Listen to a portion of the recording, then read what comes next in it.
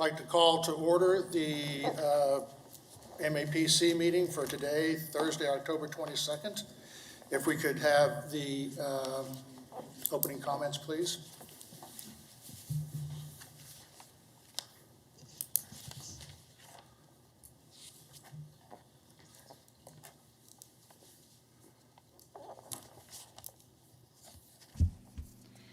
Before we begin the agenda, the Wichita-Sedgwick County Metropolitan Area Planning Commission and the Wichita-Sedgwick County Board of Zoning Appeals would like to take this opportunity to welcome everyone to this public hearing.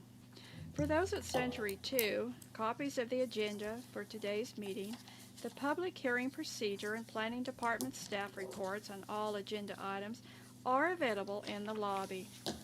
The Planning Commission's and the BZA's bylaws limit the applicant on a zoning, subdivision, or variance application and his or her representative to a total of 10 minutes of speaking time at the start of the hearing on that item, plus up to 2 minutes at the conclusion of that hearing.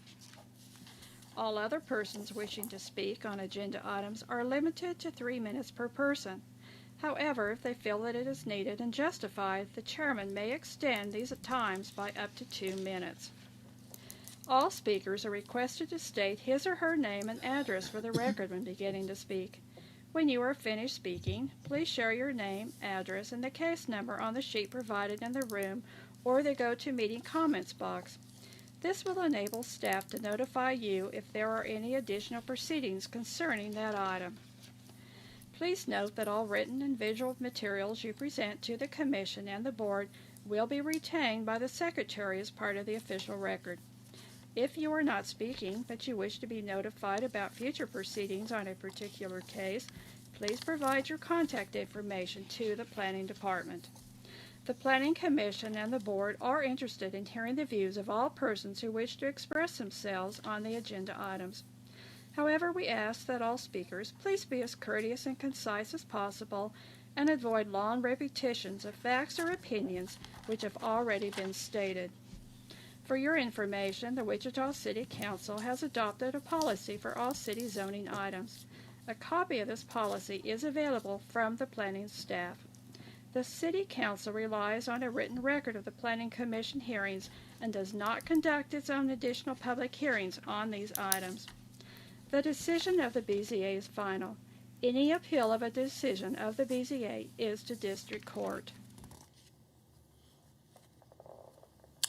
Thank you. And before we get started, just a reminder that when asking questions or making a comment, if you could please speak into the microphone that's before you so it's easier for the minutes to be recorded.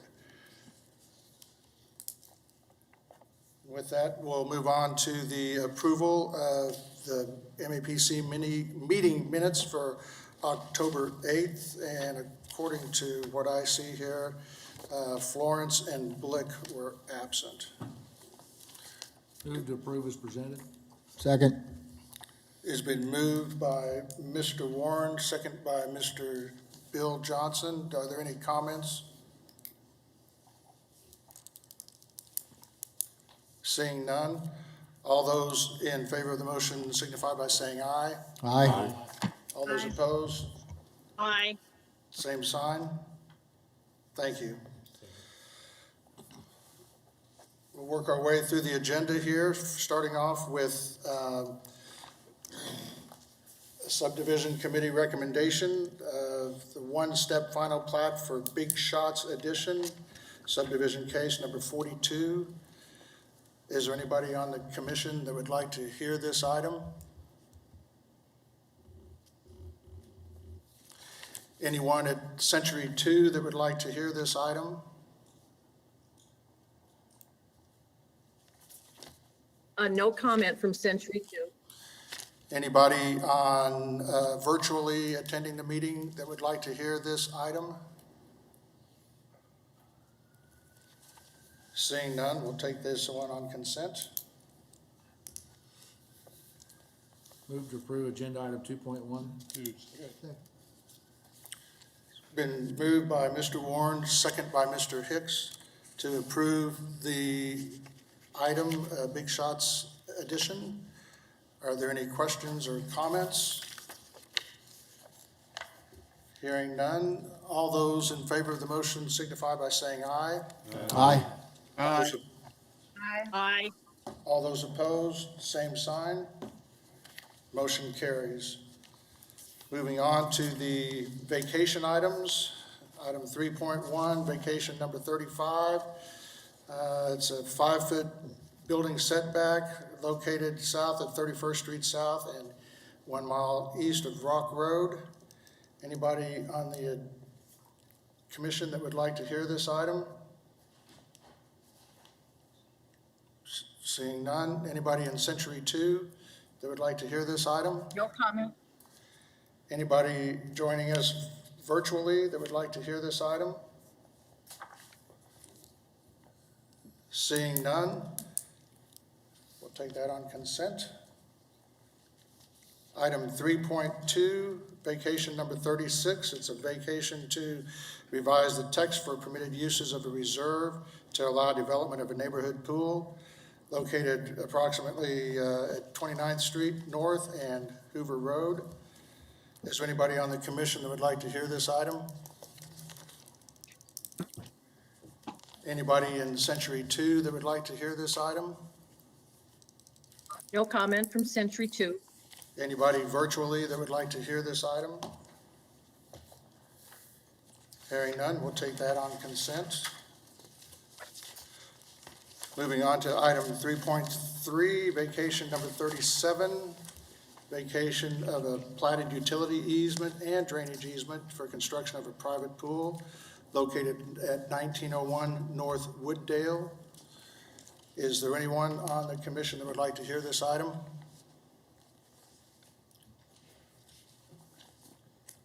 Is there anyone in Century 2 that would like to hear this item? No comment at Century 2. Is there anyone virtually that would like to hear this item? Hearing none, we'll take that one on consent. Item 3.4 is vacation number 38. It's a access control for portions of a platted reserve for driveway access located generally at 159th Street East and 21st Street North. Is there anyone on the commission that would like to hear this item? Seeing none, anybody at Century 2 that would like to hear this item? No comment from Century 2. Is there anyone virtually that would like to hear this item? Hey, I got a question. On 3.4? Now, on our agenda, the numbers are different.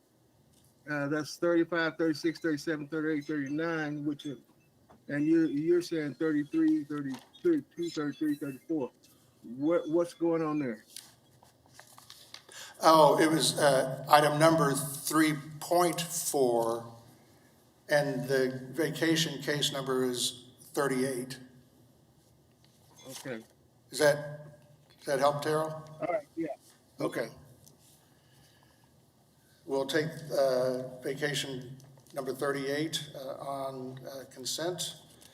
Moving on to item 3.5, vacation number 39, vacation of a portion of a platted floodway easement located at 13930 East Lakeview Drive. Is there anyone on the commission that would like to hear this item? Seeing none, is there anyone at Century 2 that would like to hear this item?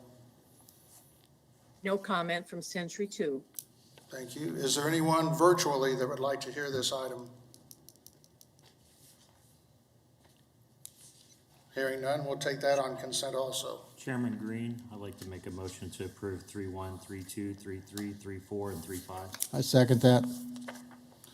It's been moved and seconded by, the motion was made by Mr. Blick, second by Mr. Hartman. Any questions on the motion to approve? Seeing none, all those in favor of the motion signify by saying aye. Aye. Aye. Anyone opposed, say nay. Motion carries unanimously. And for the minutes, Mr. Yearout, if you could please note that it was Mr. Nix, not Mr. Hicks, on the first motion. I apologize. Close, you're close. You knew who I meant. Okay. Moving on to the public hearing.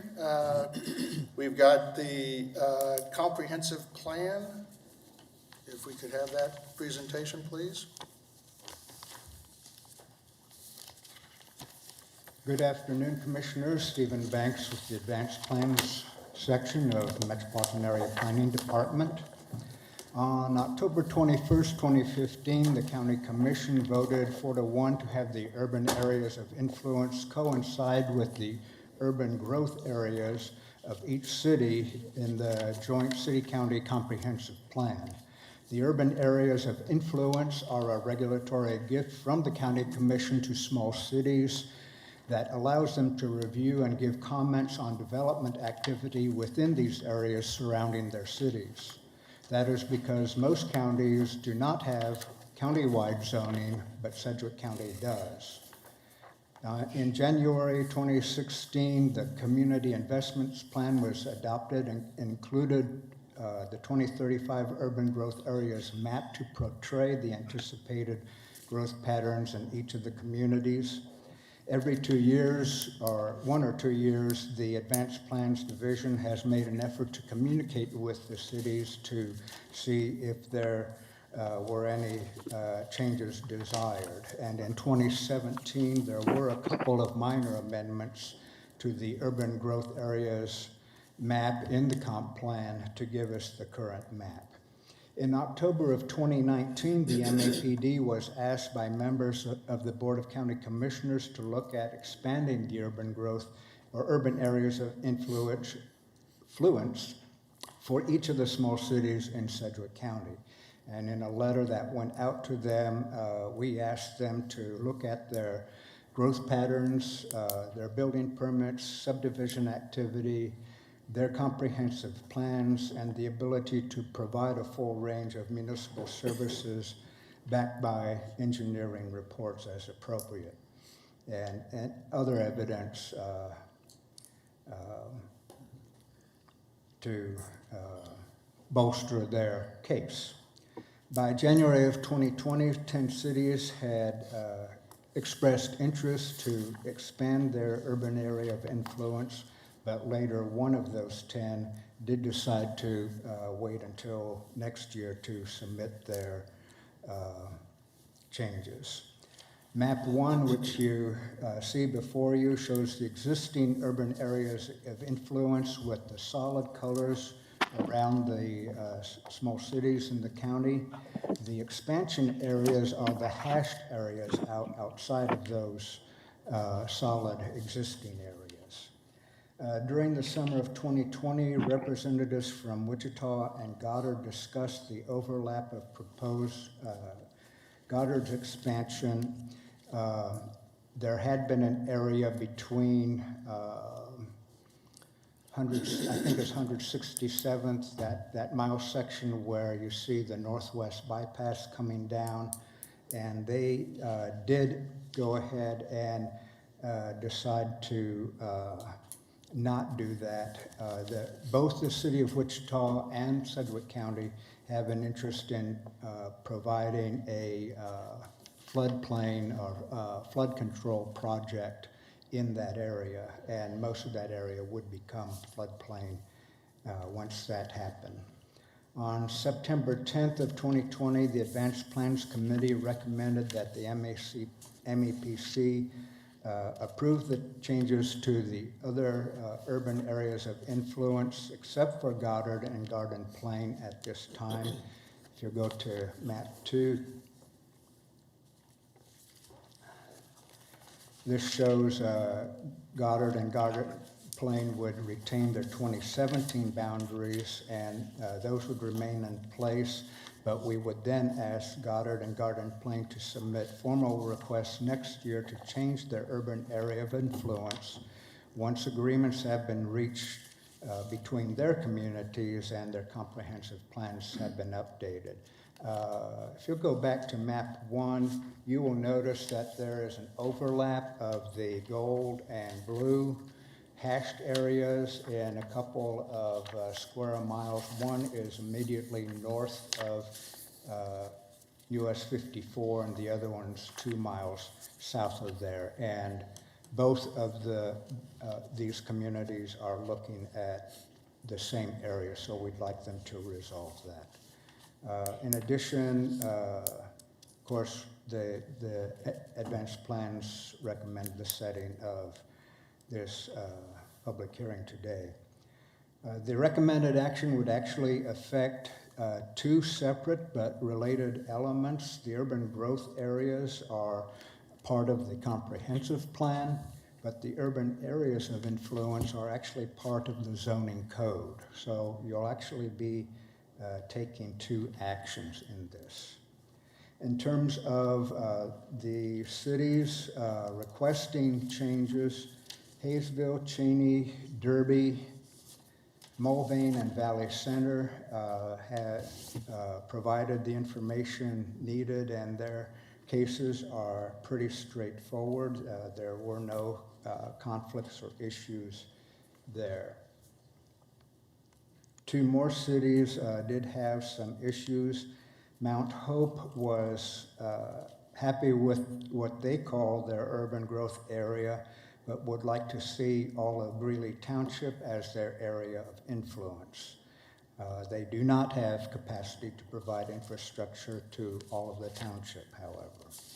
Andale, similarly, they did want to expand in some smaller areas to the northwest and south based upon landowner and development interests, and they do have capacity to serve in those areas, but they also wanted to see all of Sherman Township as their area of influence. They do not have capacity to provide infrastructure to all of the township either. So the Advanced Plans Committee of the MAPC rejected the township-wide urban area of influence for both of these communities, citing that they didn't have the capacity to provide the infrastructure and didn't really have much to confirm growth into those areas. The cities with conflicts I have already mentioned, Garden Plain and Goddard, and the resolution of part of that with the city of Wichita. Going back to map 2,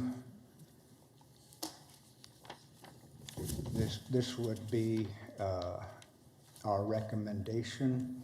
However, going to map 3, this was an idea utilizing state statute as a guide to resolve the conflict between Goddard and Garden Plain.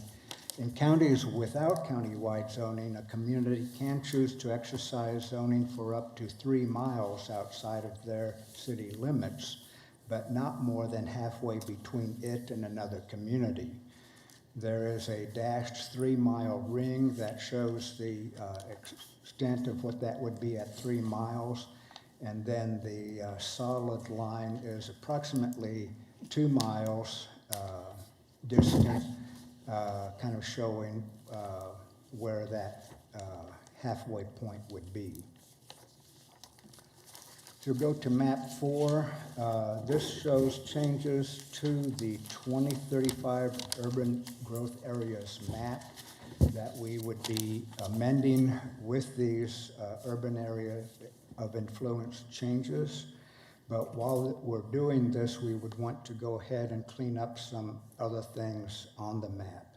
The statement under the map title is being changed to reflect that the map does reflect the urban areas of influence versus the old, that it does not reflect the old zoning areas of influence that were done away with in 2015.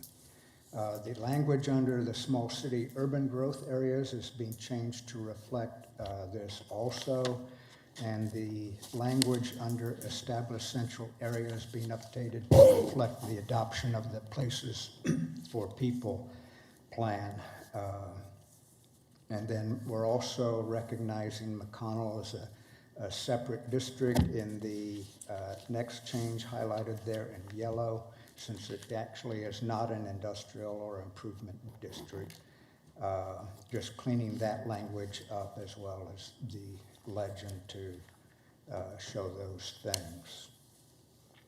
So today, we are recommending approval of the changes to the urban growth areas of the community investments plan shown in map 2, and with the exception of Goddard and Garden Plain, as explained before, having them submit changes next year.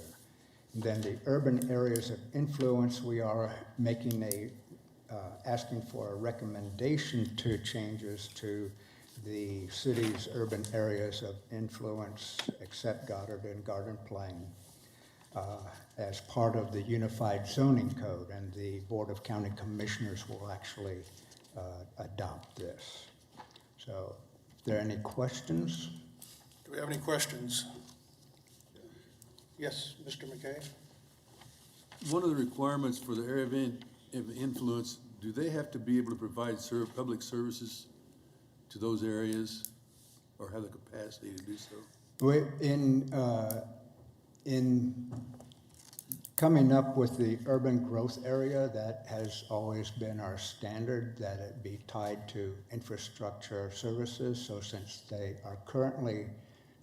urban areas of influence and since urban growth areas and urban areas of influence are currently tied, we've maintained that standard. Now, they could be separated, but we've not had any direction from advanced plans or the county commission or anyone else to separate them. So we are using that as the standard at this time. The reason why I ask that question is because in the past, the area that I'm talking about is west of Valley Center. Most of that's in the floodplain. It is. And I don't know how- But they have addressed that in their submission, and they have a rather robust floodplain management program too. But how can they provide services to them when you gotta go through two rivers? Well, it would be expensive. That's the only question that I had was that they seem to be wanting like 10 or 12 sections of ground, and most of it's unusable and everything else, and other than just, we went through this 5 or Yeah. 6 years ago. And I did point that out, but they said they would tie their floodplain master plan to this request, and But they don't have the capacity to furnish public utility, especially sewer. they have capacity for much of this area. They are undertaking a massive change to their water program, trying to expand it. So by the time they would be getting requests up there, they think they would have things in place. So they don't have to prove that prior to us approving this, is what you're saying? I think because it is long range, we're giving them some slack. Thank you. Hey, Mr. Chairman, I would chime in on that, yes. At this stage, we're dealing only with a future capacity, not a current capacity question. Mr. McKay's raised valid questions, but this is not the same as an annexation. The annexation would say, no, you gotta show you got the ability now or in a very short time to provide services. We're not doing that for this process. This is pure planning. Okay, yeah, thank you for that clarification. Mr. Dool, So this has come up in the past, we've looked at things out. if you can speak into your microphone. Up to the microphone. Thank you. What authority does this urban area of influence give to a community? It has to do, I think, with planning and zoning changes within the county. Can you expand on that? Yes, it would be zoning cases that would be coming before you in the unincorporated area. But within these areas, we also notify the small cities if they want to make comments on and they may take it to their planning commission for a up or down vote. And I would add in that process, they are given the right to review and comment. Their comments, if they are negative, would impose automatically, at least on first appearance, a supermajority requirement at the county commission level, but they do not have a veto authority. It's just a review and comment. Mr. Foster, did you have a comment or question? Just a couple questions. The two cities that were mentioned that did want to expand it into those township areas, are they on board, or will they provide testimony related to that with the decision not to include the township area? I have not heard anything. I did inform them of the advanced plans decision when that was made. They were kind of disappointed. I said, you know, this will be going to the full MAPC. I don't know if they're online or at Century 2. And I said it would also be going before the county commission. Second question is, will you take this information and is it combined into a single map? Both the urban areas of influence and the growth. Will that go on a single map then? Yes, we will change the hashed areas to solid, and they will become part of the urban growth areas map of the comprehensive plan, with the stipulation that they also reflect the same urban areas of influence are the same. I'll have some questions later, but just want to hear the testimony. Thank you. Any other questions? Seeing none, is there anybody in Century 2 that would like to speak to this item? There's no comment from Century 2. Is there anyone virtually that would like to address this item?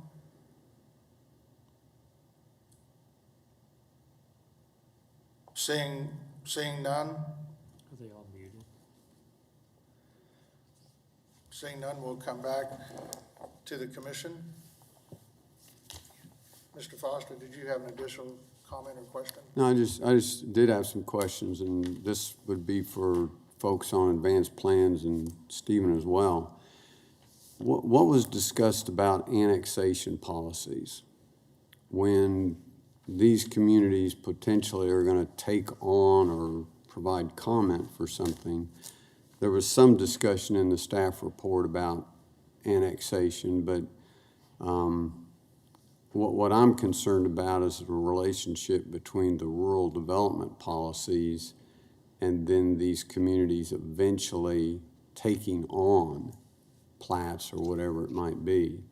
And I just was curious about that discussion. Well, annexation trumps the urban growth areas. So if they have a consent case, someone comes to the city for annexation, or if the city makes some attempt to annex into an area. For instance, there are areas down between Goddard and Garden Plain. They're right up to each other, but there's open land between them. If a city wants to annex, that actually, if that goes through, it trumps the urban growth area. The urban growth area is really to kind of provide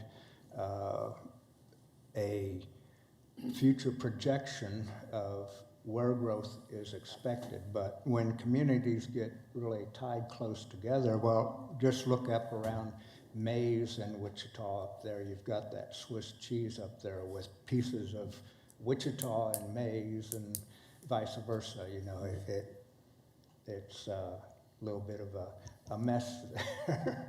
Mm-hmm. So annexation does trump this.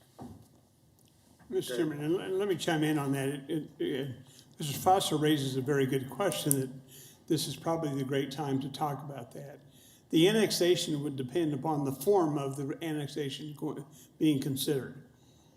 If a landowner is adjacent to an existing city and petitions that city to annex, that simply requires the city to pass an ordinance to do that. There is no outside review or evaluation or other factor like that that could possibly come to this Planning Commission for review and comment with consistency with the comprehensive plan. If a city engages in unilateral annexations where adjoining properties are eligible to be notified of the intent for the city to annex, but you don't have owner consent, that's called a unilateral annexation authority. But that process requires public hearings, a plan for extension of services by that city, and the statute also envisions that the proposed annexation would also be reviewed by the Planning Commission having jurisdiction to determine whether or not that's consistent with the plans, which gets into the annexation policies within the plan. The other thing that could crop up, and we actually have that kind of going on right now, is if a landowner requests annexation, but they do not physically touch the existing primary body of the city, it can be approved. It's called an island annexation, but that also takes a county commission action to find that if that is allowed to go through, that, and that's essentially the landowners agreeing, the city's agreeing to annex them in, you're not contiguous, but the county commission has to find that it will not harm any other community or the growth area, and that's going on right now with Clearwater, as a matter of fact. So it depends on the methodology that is initiating the annexation process. Most of what we have seen in the past several years has been owner consent to the city, whether it was Wichita or any of the other cities going on. And that's usually because I want utility services or public services from that city, which is not something the county provides. I want to develop my property. I need to be in the city to do that. That's the city's policy. So it's hard for a county plan to get too deep into annexation policy questions, simply because the role they play by statute is subservient, for the most part, to what the city does and what the landowner chooses to do with that respective city. So it's something that I think everybody needs to be aware of, but there is not a one-size-fits-all way to handle what goes on, because it really is going to be driven by the circumstances involved with the particular annexation in question, whether that was an owner consent to that city and it's adjoining, you're never going to hear about it, or whether it's a unilateral annexation, we haven't seen those in a while. You got some people here, I think Stephen was here years ago when Wichita used to do a lot of that stuff. And yeah, those get wild. And occasionally an island annexation, but you're not going to see much more. So I hope that helps. Okay. Mr. Foster, I know you still had some more questions. Did you want? I just want clarification. Okay.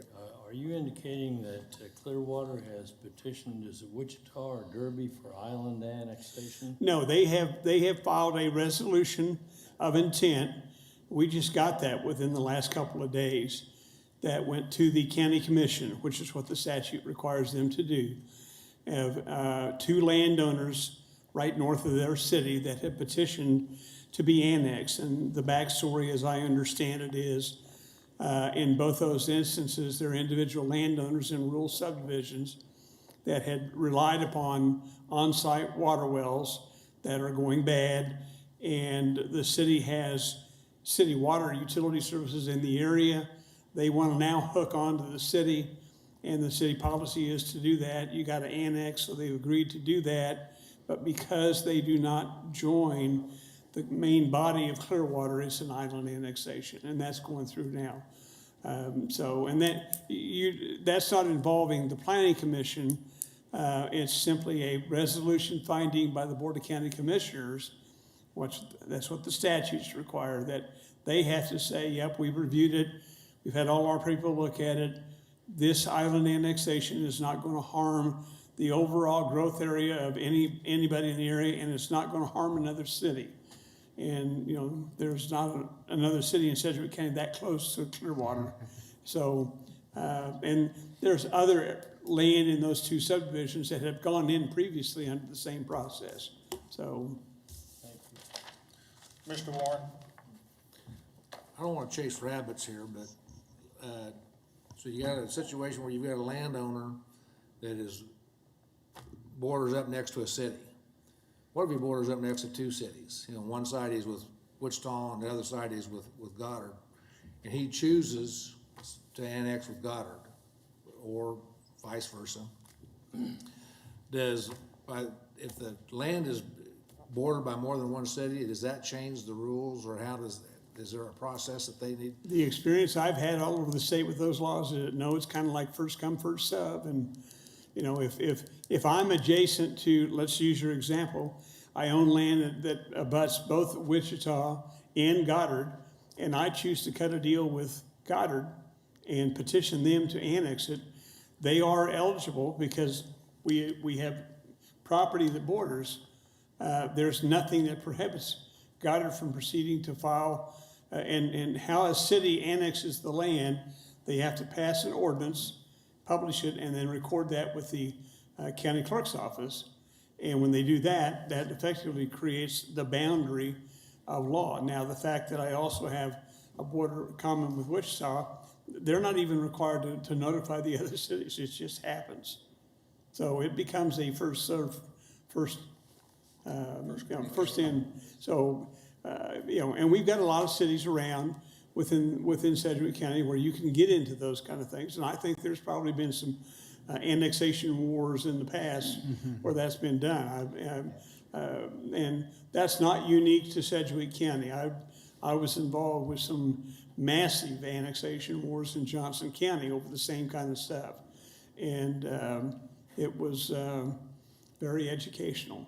But the bottom line was that, no, the law basically says there's a procedure outlined in the statute, and if everything is legally done, and you're the first one in to file that, the other city is just out of luck. Now, I cannot file a petition to annex land in another city, and there have been places that have tried to do that in the past, which is another story. But it's, and there's laws on the books about certain things that cities cannot annex. You know, cities cannot, Wichita could not annex McConnell. That's a military base, and the law prohibits us from doing that.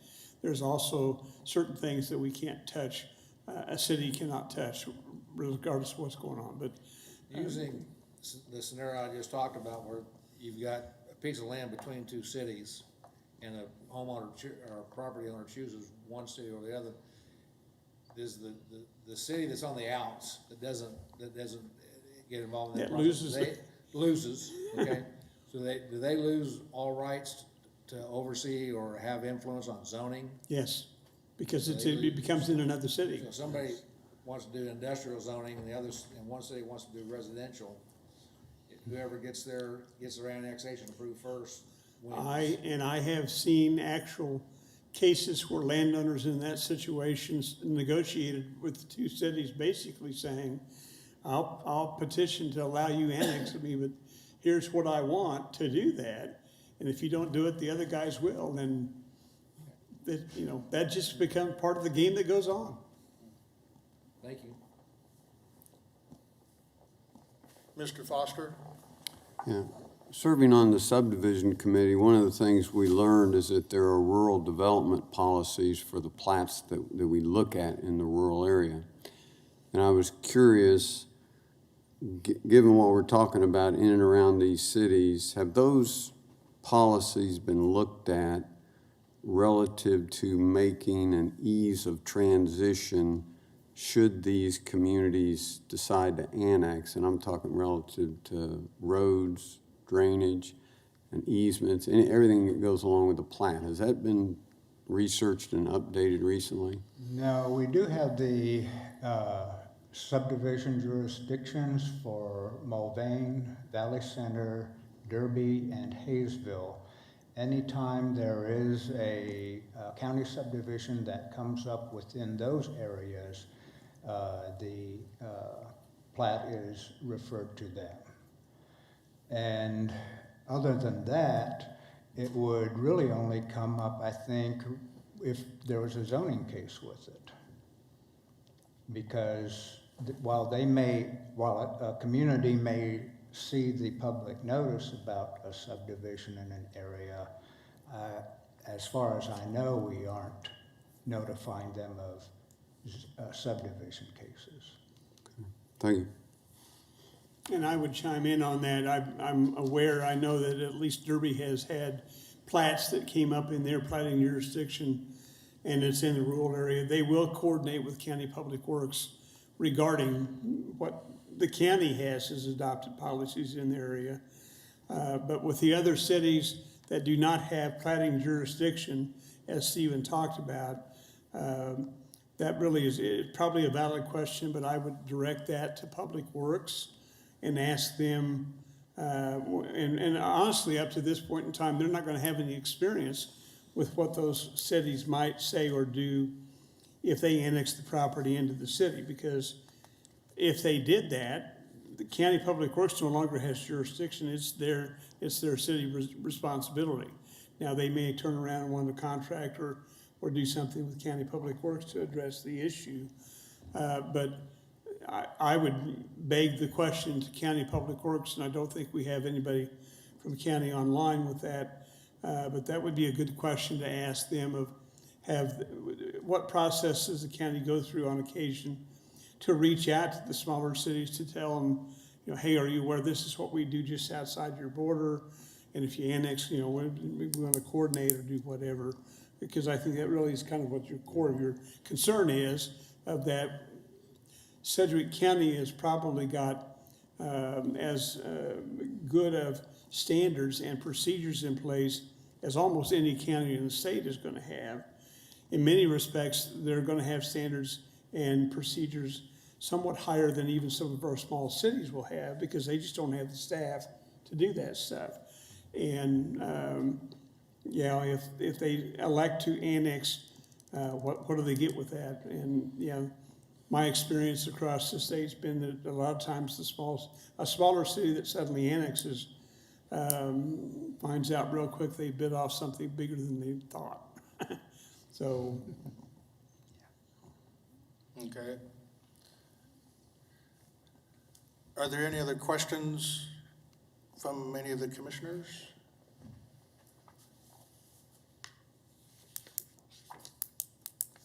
Seeing none, I'll entertain a motion.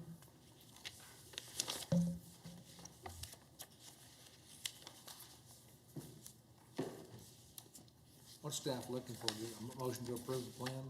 Yeah, the recommended action. Page 6 of the staff report, there's actually 2 parts. One is the urban growth areas, approved changes to other cities' urban growth areas of the community investments plan, except for Goddard and Garden Plain at this time, as shown in map 2. The Goddard and Garden Plain 2017 boundaries would remain in place, plus to have the MAPD ask Goddard and Garden Plain to submit formal requests next year for changes to the urban growth areas once agreements have been reached between them and updates to the comprehensive plans have been made. The second motion would be recommend changes to other cities' urban areas of influence except for Goddard and Garden Plain at this time, as shown in map 2, as part of the Unified Zoning Code to be adopted by the Sedgwick County Board of County Commissioners. And again, Goddard and Garden Plain would keep their 2017 boundaries, and we would ask them to submit for change next year along with updates of their comprehensive plans. So basically, if we just move to take the recommended action as presented on the I think we would like to have 2 separate motions, if Two you could, separate please. ones? Okay. I would move to approve the urban growth area number 1. Second. Motion was made by Mr. Warren, second by Mr. Dool, to approve the urban areas of growth, urban growth areas. Any questions on the motion? Seeing none, all those in favor of the motion signify by saying aye. Aye. Aye. Aye. All those opposed, nay. Motion carries unanimously, 12-0. Mr. Warren, did you, Yeah, I move to approve the urban areas of influence, item number 2. Second. motion made by Mr. Warren, second by Mr. Bill Johnson to approve urban areas of influence, item number 2. Any questions on the motion? Seeing none, all those in favor of the motion signify by saying aye. Aye. Aye. Aye. All those opposed, nay.